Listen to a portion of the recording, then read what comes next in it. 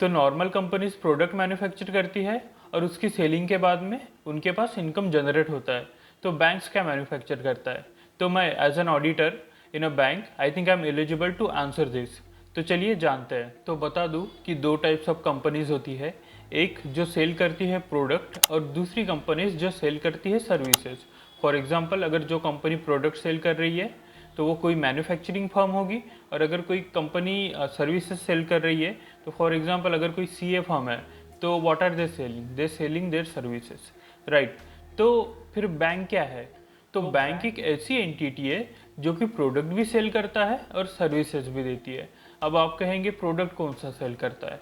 तो बैंक जो है ना फाइनेंशियल प्रोडक्ट सेल करता है, और उसकी जो सर्विसेज भी होती है वो भी फाइनेंशियल सर्विसेज होती है।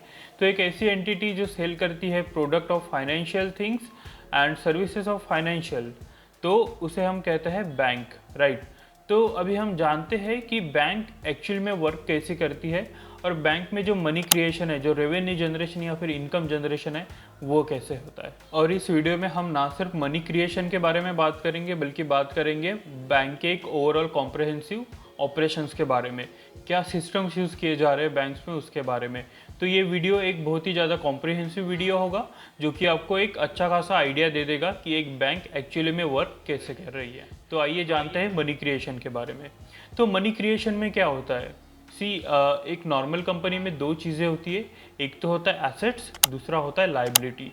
तो एसेट्स वो चीज़ें हैं जो एक कंपनी ओन करती है, जो उसकी है। फॉर एग्जांपल, अगर किसी का फिक्स्ड एसेट है तो वो कोई मशीन होगी या कुछ। अगर लाइबिलिटी है तो एक नॉर्मल कंपनी अगर लोन लिया होगा किसी बैंक से तो वो नॉर्मल कंपनी के लिए लाइबिलिटी बन जाएगी। लेकिन बैंक्स में एसेट और लाइबिलिटी का कॉन्सेप्ट सेम नहीं होता है। बैंक्स में 360 डिग्री कन्वर्ट हो जाता है एसेट्स और लाइबिलिटी का कंसेप्ट, राइट। तो एक बैंक का एसेट क्या होगा, राइट। एक नॉर्मल कंपनी में तो उसकी मशीन्स एंड ऑल, उसके एम्प्लॉयज उसके एसेट होंगे, लेकिन बैंक्स में जो सबसे बड़ा एसेट है वो है उसका लोन बुक, राइट। तो अगर बैंक लोन दे रहा है खुद से किसी कंपनी को या फिर किसी इंडिविजुअल को या फिर किसी भी एंटिटी को, राइट, तो वो बैंक जो है ना लोन देने के बाद में इंटरेस्ट अर्न करता है। तो since this activity includes earning of money, क्योंकि इस एक्टिविटी से उसको पैसा आ रहा है लोन देने से, तो इसलिए ये चीज़ हो जाएगी उसकी एसेट, राइट। जबकि हम लाइबिलिटी की बात करें तो हमने देखा कि एसेट में जो है बैंक लोन देके इंटरेस्ट अर्न करती है, तो वो पैसा आता कहाँ से है बैंक के बारे में? तो वो पैसा बैंक के पास में आता है लाइबिलिटी से, राइट। तो लाइबिलिटी क्या है? लाइबिलिटी है आपका और मेरा पैसा जो हम बैंक में रखते हैं as in a form of saving accounts, fix deposit और एनी फॉर्म ऑफ मनी जो हम बैंक में रखते हैं। बैंक उसके बदले में हमें कुछ रिटर्न देता है। अगर हम सेविंग्स अकाउंट में रखें तो बैंक का रिटर्न हमें देता है 3% या उससे नीचे का, और वही वो लोन किसी इंडिविजुअल को अगर पर्सनल लोन में दे रहा है तो वो 20% 25% का इंटरेस्ट उनसे कमाता है, राइट। तो ये जो लोन है माइनस हमारा जो फिक्स डिपॉजिट या फिर सेविंग अकाउंट है, अगर हम इसको माइनस करें तो जो अमाउंट बचता है वो बैंक का जो है पैसा होता है, राइट। हमसे पैसे बैंक्स लेती है, वो आगे लोन देती है, और इस तरह से जो है बैंक्स मनी जनरेट करती है। अब इस प्रोसेस में है ना बहुत सारी चीज़ें आती है बैंक्स के पास में कि इस मनी को कैसे हैंडल करे। जैसे अगर कोई सेविंग्स अकाउंट अपने बैंक में रख रहा है तो डेफिनेटली वो परमानेंटली तो रखने वाला है नहीं, राइट, वो निकालेगा भी। तो बैंक को ना ये सारी चीज़ें एक मैनेज करनी पड़ती है, और इस सारी मैनेजमेंट वाली चीज़ों को कहते हैं एसेट लाइबिलिटी मैनेजमेंट। तो बैंक्स इन सारी चीज़ों में इन्वेस्ट करती है, जैसे आप स्क्रीन में देख सकते हो। तो इन सारी चीज़ों में इन्वेस्ट करने के बाद में बैंक्स जो अर्न करती है मनी, तो ये उसका एसेट हो गया, और बैंक्स इन सारी चीज़ों से पैसे लेते हैं, तो ये हो गया उसका लाइबिलिटी। आई होप आपको ये कंसेप्ट जो है ना क्लियर हो गया होगा कि बैंक कैसे पैसे कमाता है। मोस्ट ऑफ द जो बेसिक चीज़ थी वो यहाँ पर एसेट और लाइबिलिटी की थी। अगर आपको ये कंसेप्ट समझ गया तो आपको वो भी समझ गया कि बैंक पैसे कैसे कमा रहा है। उसके बाद में बात करते हैं कि चलो पैसे तो मतलब कमा लिया, यहाँ से पैसा ले लिया, वहाँ पे लोन दे दिया, पैसा कमा लिया, लेकिन इसके बिटवीन जो एक एम्प्लॉय होता है उसका भी तो कुछ काम रहेगा ना। तो बैंक्स में क्या होता है, बहुत सारे ऑपरेशंस यूनिट होते हैं, from account opening till account closing for retail customers, और जो बाकी कंपनी है या फिर कोई ट्रस्ट है, अगर उस टाइप के अगर कस्टमर्स है बैंक्स के, तो उनका तो बहुत एक लंबा टेन्योर हो जाता है, तो जो एक सबसे इम्पोर्टेंट ऑपरेशंस यूनिट एक बैंक में होता है ना फॉर रिटेल कस्टमर्स, वो होता है सीपीसी, जो कि है सेंट्रल प्रोसेसिंग सेंटर। अब मोस्ट ऑफ द बैंक्स में जो है ना ये इसको सीपीसी कहते हैं। और अगर सीपीसी जो है वो मेन हेडक्वार्टर में होता है, जबकि उसके नीचे में और चीज़ें होती है जो होता है RPC, which is regional processing centre. तो क्या होता है ना, ये दोनों भी जो ऑपरेशंस यूनिट है ना वो कस्टमर्स का जो है ना अकाउंट ओपन करता है अपने बैंक में, राइट। तो ये स्टार्ट करता है अकाउंट ओपनिंग से। अब अकाउंट ओपन होने के बाद में ये और भी बहुत सारी चीज़ों में इन्वॉल्व होता है, जैसे कि अगर किसी कस्टमर को फिक्स डिपॉजिट ओपन करना हो, कोई और चीज़ ओपन करना हो, तो ये सारी जो चीज़ें हैं ना इस यूनिट के अंदर में आती है। इस यूनिट के अंदर में और भी बहुत सारी चीज़ें आती है, अगर किसी बैंक अकाउंट में लीन लगाना हो, फ्रीज लगाना हो, या फिर और भी बहुत सारी चीज़ें, वो सब इसके अंडर में आती है। तो आप समझ सकते हो कि आपका जो, अब जब आप ब्रांच में जाके अगर फिजिकली आप एक फॉर्म भर रहे हो, तो वो जो फिजिकल फॉर्म में है ना टू टिल एंड एक सीपीसी के पास में जाता है या आरपीसी के पास में जाता है, वहाँ पर चेक होने के बाद में आपका जो अकाउंट है क्रिएट हो जाता है। तो अभी जो मैंने आपको बताया ना सीपीसी, तो ये आता है रिटेल लाइबिलिटीज़ के अंदर, क्योंकि ये जो है डिपॉजिट लेने का काम करता है यूनिट, इसलिए इसका जो बाइफर्केशन है वो लाइबिलिटीज़ के अंदर में आता है, इस यूनिट का काम, राइट। जबकि अगर कोई टीम अगर लोन देने का काम कर रहा है, फॉर एग्जांपल क्रेडिट टीम, अगर वो सैंक्शन करने का काम कर रहा है, अगर उसका वो ऑपरेशन है, तो वो आएगा रिटेल एसेट्स में, राइट। तो फॉर एग्जांपल आप देख पा रहे होंगे स्क्रीन में कि ये जो यूनिट्स है वो रिटेल लाइबिलिटी के अंदर में आ रहे होंगे, और ये यूनिट रिटेल एसेट्स के अंदर में आ रहे होंगे। और ये हम रिटेल की बात किया, रिटेलर मतलब वो लोग आपके और मेरे जैसे नॉर्मल लोग जो इंडिविजुअल कस्टमर्स होते हैं वो। और फिर उसके बाद में जो कंपनीज होती है, या फिर कोई ट्रस्ट होता है, या फिर कोई ऐसी बड़ी एंटिटी होती है, तो उसके लिए भी बैंक्स अकाउंट ओपन करवाती है।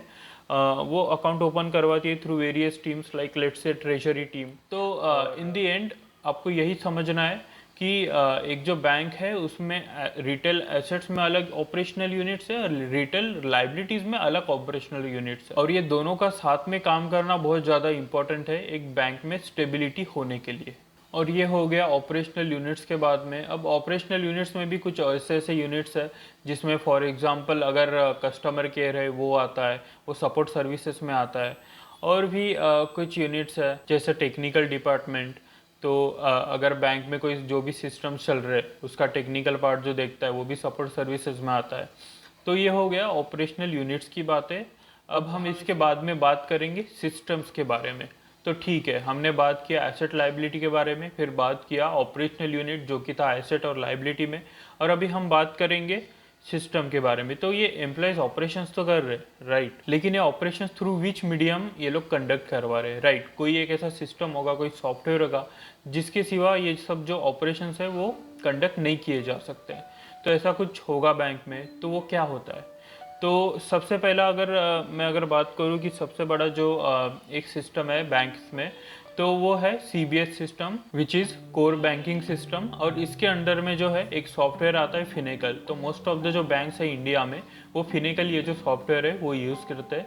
तो फिनेकल जो है ना एक अकाउंटिंग सॉफ्टवेयर है, जो भी अकाउंट ओपनिंग का आपका जो प्रोसेस है वो फिनेकल में इनपुट किया जाता है। जब बैंक्स के पास फिजिकल फॉर्म्स आते हैं तो वो फिनेकल में इंक्लूड होते हैं। इवन जो लोग ऑनलाइन फॉर्म ओपन करते हैं अकाउंट, उनका भी जो फिनेकल में अपने आप रिकन्सिलेशन हो जाता है। तो फिनेकल में एक बार रिकन्सिलेशन होने के बाद में फिनेकल में आप ऐसा समझिए ये वो यूनिट है जिसमें सारा डेटा आता है कस्टमर का, उनके लोन्स का, उनके एसेट्स का, उनके डिपॉजिट का, सारा जो डेटा होता है वो फिनेकल में होता है। उसका सारा अकाउंटिंग फिनेकल में होता है। अगर किसी के अकाउंट में फ्री इन लीन कुछ मार्क होना हो तो वो भी सब कुछ फिनेकल में दिखता है आपको।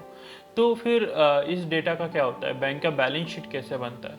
तो क्या होता है ना, ये जो अकाउंटिंग वाला सॉफ्टवेयर है फिनेकल, तो इसका जो डेटा है ट्रांसफ़र किया जाता है एक अनादर सिस्टम में जिसका नाम है ओरेकल, राइट। तो ओरेकल में क्या होता है, ये फिनेकल से डेटा उठा के उसको इस तरह से अरेंज करता है कि क्योंकि फिनेकल में तो सारा डेटा आ रहा है, वो एसेट्स का भी आ रहा है, लाइबिलिटीज़ का भी आ रहा है, क्रेडिट का आ रहा है, सब कुछ आ रहा है। तो ओरेकल उसको बाइफरकेट करेगा, उसमें एसेट में डालेगा एसेट वाली चीज़ें, लाइबिलिटी में डालेगा लाइबिलिटी वाली चीज़ें, जो गैप्स है वो फाइंड आउट करेगा।